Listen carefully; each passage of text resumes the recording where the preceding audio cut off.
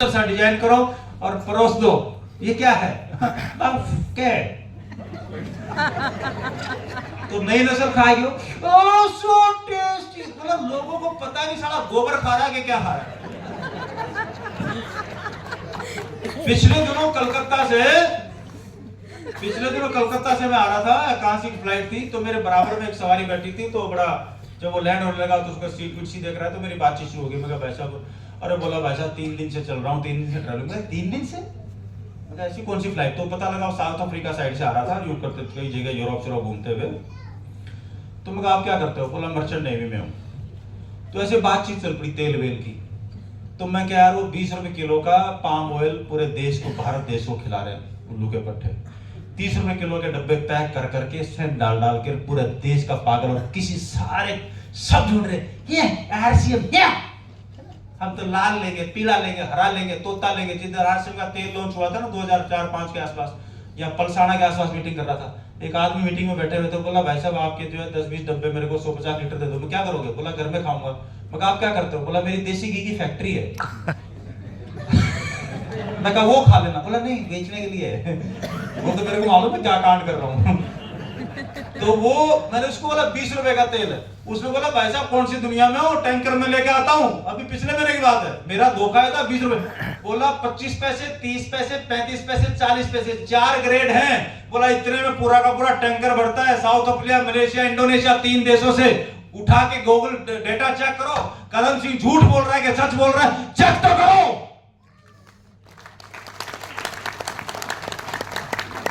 इसलिए मैं बोलता हूं यहाँ पे क्या बात हो रही, कम से कम खुद पढ़ लो, नहीं तो लोग क्या बोलेंगे, जीजा ने बोला था इसलिए कर लिया। इतना ही दिमाग है। जीजा ने छोड़ दिया तो खुद भी छोड़ दिया। हाँ जी, बचना चाहते हैं स्थिति से। और ये जो घटिया तेल खाया है, इस घटिया तेल में जितने भी नशे वशे आजकल जो साइलेंट अटैक आ रहे हैं, इनसे अगर आपको बचना है तो आपके खाने की टेबल पे आरसीएम का ये जो गामा ओरिजिनल है ये होना चाहिए। खाने के साथ उठाया, 2 कैप्सूल ले लिए, धीरे धीरे क्लींजिंग का काम करेगा। ये शरीर को ताकत चाहिए। 35 साल का लड़का है लेकिन हालत हो रखी है शरीर के ऑर्गन की 50 साल जैसी। ना घर का, ना बाहर का, ना किसी काम का नहीं। 50 साल का और 25 साल जैसी सुफूर्ति अगर शरीर में चाहिए तो भाई साहब न्यूट्रीचार्ज मैन आपके शरीर में होना चाहिए। खाना खाओ और सवेरे ब्रेकफास्ट के बाद वो जो सारी कुपोषण की शिकायतें वो सब दूर हो जाएंगी। आपके घर के अंदर माँ बहन बेटी है, उनकी आंखों में अगर खुशियां चाहिए और वो कंधा दर्द, सिर दर्द, बदन दर्द, ये दर्द, वो दर्द, उन सारे लफड़ों से अगर छुटकारा चाहिए तो 100 में से 80 महिलाओं में खून की कमी है, आयरन की कमी है। आपके घर में डब्बा होगा तो आपकी बहन बेटियां माताएं सब कुछ एकदम घोड़े की तरह दौड़ती हुई नजर आएगा आपको। ये आपके घर के अंदर होना चाहिए। अभी मैं बोल तो रहा हूं तो इनके साथ में पंपलेट्स है, कैटलॉग्स है, हीमोग्लोबिन कम है, ज्यादा है, वो आपका टूल है इतना बढ़िया। एक एक चीज हाइजीन को लेके, इनको लेके सब कुछ। ये भी तो 180-90 रुपए किलो के आसपास है। 190 आप पकड़ में आ रही है? यस। ये गुणों पे देखोगे तो देसी घी का बाप मैं बोलता हूँ ओलिव ऑयल को 9,000 रुपए किलो है।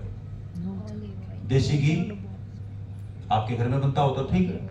ये गणपत भाई के घर में तो घासो है, बना लेते हो, मतलब गाय का नाम रखा हुआ है, राइट। ओलिव ऑयल 8-9 रुपए किलो।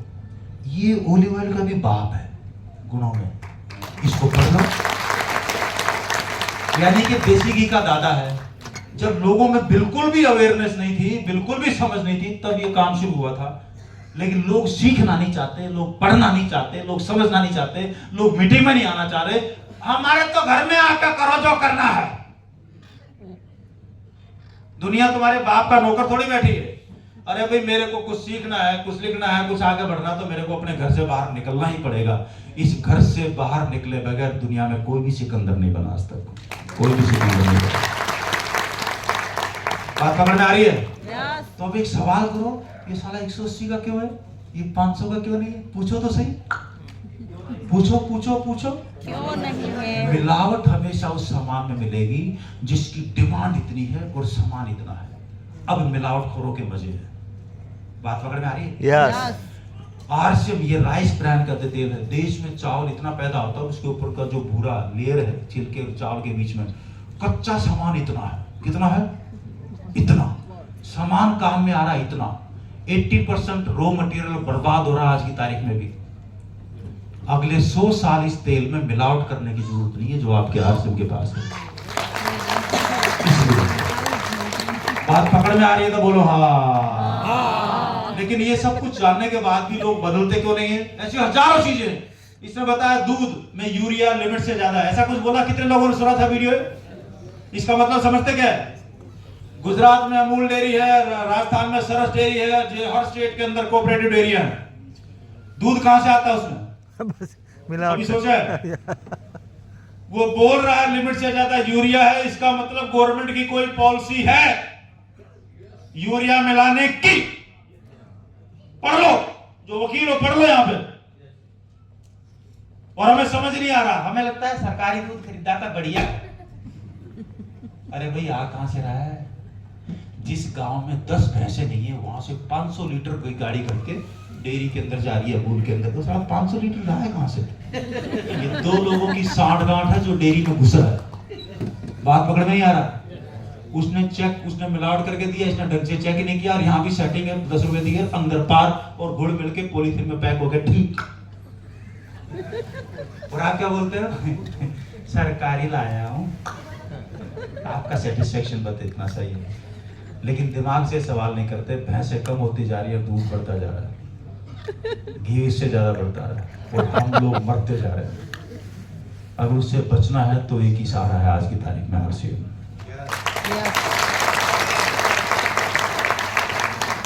मुझे एक चीज बताओ, अगर आरसीएम से एक भी पैसा नहीं आए, भूल जाओ पैसे को। भूल सकते हैं? बोल दो मेमोरी लॉस। बोलो मेमोरी लॉस। Memory loss. वो आमिर खान वाला मेमोरी लॉस कर लो। बोले याद ही नहीं। पैसा क्या होता बाबा? पैसा भूल जाओ। गजनी। अगर आरसीएम से एक भी पैसा नहीं आए तो आदमी जो समझदार है उसको पता चल रहा है एक ऐसी दुकान है जहां पे शुद्ध सामान मिलते हैं।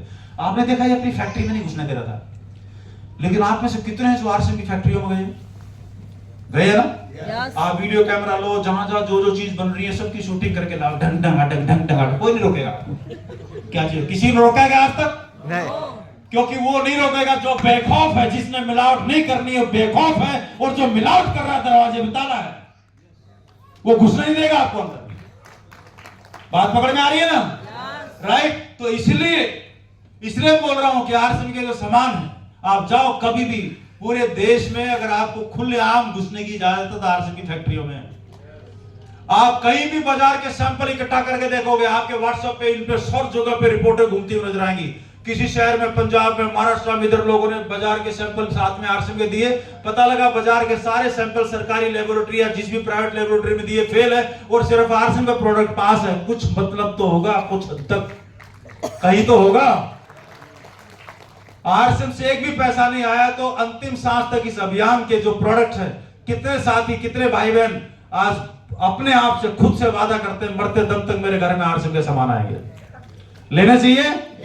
आवाज नहीं आई। लेने चाहिए क्या? आवाज जब तक यहां से नहीं आएगी ना उसका कोई मतलब नहीं है, नहीं तो बाहर जाते ही वापस ठेठेफिस। लेने चाहिए क्या? ये फैसला पहले होगा। ये हो गया उद्देश्य। अगर ये उद्देश्य पक्का है क्या? अब पैसा पीछे चलेगा।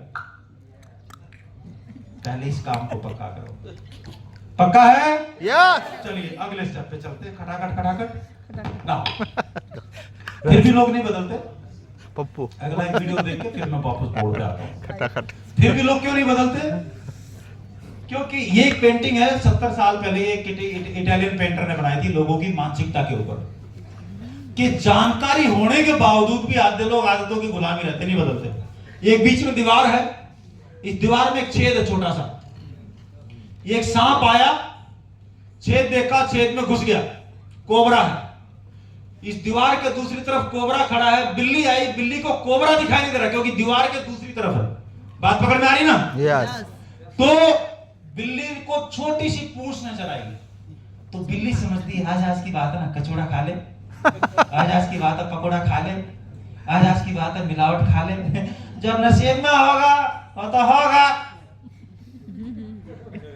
हम क्या करें, नकली खा। तो क्या होगा? वो 25 साल तक वो उसको पूंछ को छेड़ती रहती है, क्यों क्यों क्यों क्यों। वो कोबरा दुखी होकर 25 साल का निकलता है, उसको डंक, वो तब तक नहीं मानती जब तक वो डंक ना मार दे, उसको खाना जाए। हम भी 25 साल तक, जब तक फेफड़े लीवर खत्म नहीं हो जाए, हॉस्पिटल में जाके एडमिट नहीं हो जाए, साला हम भी नहीं मानते किसी। यस यस, सही बात है, सही बात है। हाँ जी, बात पकड़ में आ रही है। आधे एग्जाम्पल तो ऐसे मिल जाएंगे, बीवी शादी हुई नई नई, बीवी ने बोला देखो बीड़ी पीना छोड़ दो नहीं तो मैं अपने मायके चले जाऊंगी। वो बोला बीड़ी तो नहीं छोड़ूंगा, जाती है तो जा। इसका मतलब उसको अपना घर बसाने का उद्देश्य उसका है ही नहीं। बात पकड़ में आ रही है। यानी कि मरने को तैयार है, घर उजाड़ने को तैयार है, लेकिन साला बीड़ी छोड़ने को तैयार नहीं है। ऐसे कमीने जो कम से कम अहमदाबाद में तो नहीं है, एक बार तालियां बजा लो, दिल्ली की तरफ तो बहुत है।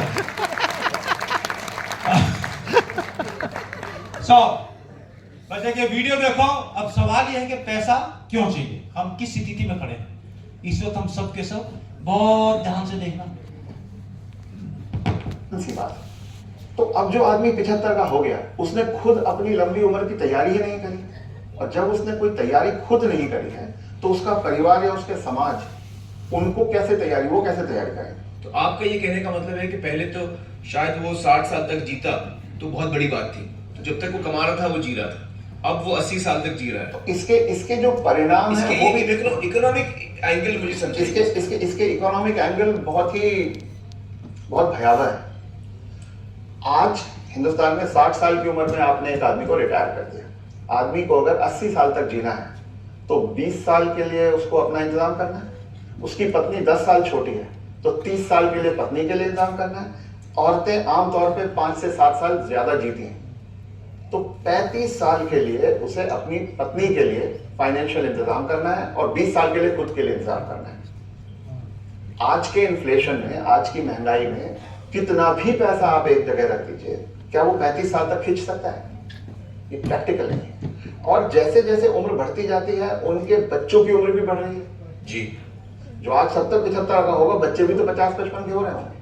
वो अपना बुढ़ापा देखेंगे, वो अपनी लड़की की शादी देखेंगे, वो अपने मकान की किस्त चुकाएंगे। तो जो पीढ़ियों के बीच की जो दूरियां हैं वो बढ़ती जाती हैं। ये इकोनॉमिक वजह से बढ़ ये रही है। इकोनॉमिक वजह से बढ़ रही है। तो अब वो जो कॉन्सेप्ट है कि 60 साल की उम्र में हम रिटायर हो जाएं, उससे बाहर निकलना होगा। जब तक शरीर साथ देता है काम करते रहना है और 2 पैसे कमाते रहना है जी। कुछ करके किसी तरह से अपनी आर्थिक स्वतंत्रता को कायम रखना चाहिए, जितने ज्यादा से ज्यादा समय तक हम रख सकते हैं। अपने आप को वोकल रखना भी बहुत ज्यादा जरूरी है।